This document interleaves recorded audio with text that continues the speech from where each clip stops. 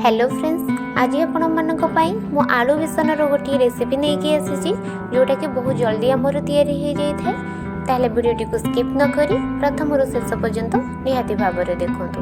आउ जदि मो चैनल टी को सब्सक्राइब करना ताहले सब्सक्राइब कर नियंतु, पाखरे थिबा बेल आइकन टी को बजे दियंतु। चलंतु स्टार्ट करिबा आज रो रेसिपी। मोइटी दुईटी आलू को एमती पसला पसला करी काटिकी नेइची। आपण माने मध्ये एमती पसला करी काटिबे, मोटा जमा भी करिबेनी नहले आलूटी हमर सिजिबनी। दुईटी आलू रे मु एठी 5 चम्मच बेसन नउची। आपण माने आपण चम्मच देखि बेसन ऐड करिवे, काहे ना हमर भाग मापटा ठीक न रहिले हमर परफेक्ट जिंस तयारी हे परिबनी। एबे कोन करिबा ना एथिरे हाफ चम्मच जुआणी के पकेइ नबा, हाफ चम्मच लंका गुंड को पकेइ नबा,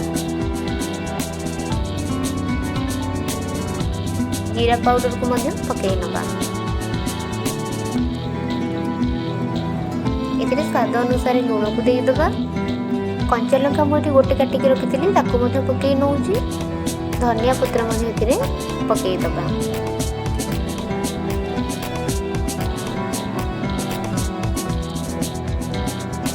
कटा अदा को पकेइ दबा। खाइबा सोडा मध्य टिके पकेइ नबा। सबू को हमें एबे भल से मिसई नबा। अल्प अल्प पानी देके आपको मिसईबा, नहले बेटरटी हमर बेसी पतला हो जिवो।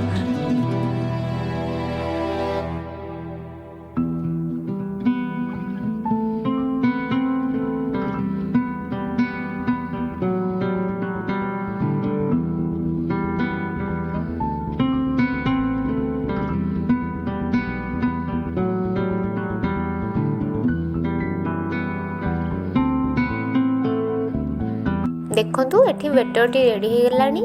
आपको आपण एई टाइप रो ही करी रखिए, बेसी पतला करिवेनी। एबे आमे एको आलू पके के इथिरे छानिबा। एठी मो कढ़ाई रे तेल गरम करि नेइथिली। ए बेटर रे आमे कोन करबा, एम्ति आलू को गोटी गोटी करी पकेइ दबा। आको नै के आमे एबे छानिबा। एम्ति गोटी गोटी करी सब पकेइ देबे।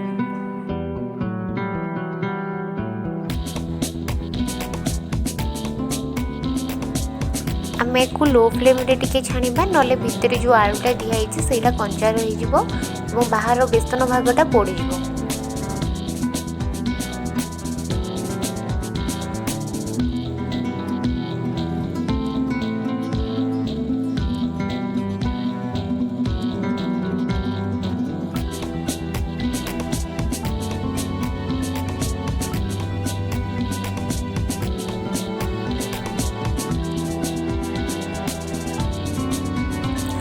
एटी हे गलानी।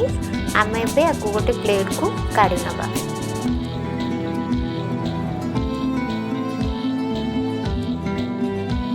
बाकी सब को मध्य सेम प्रोसेस रे छाणी दबा।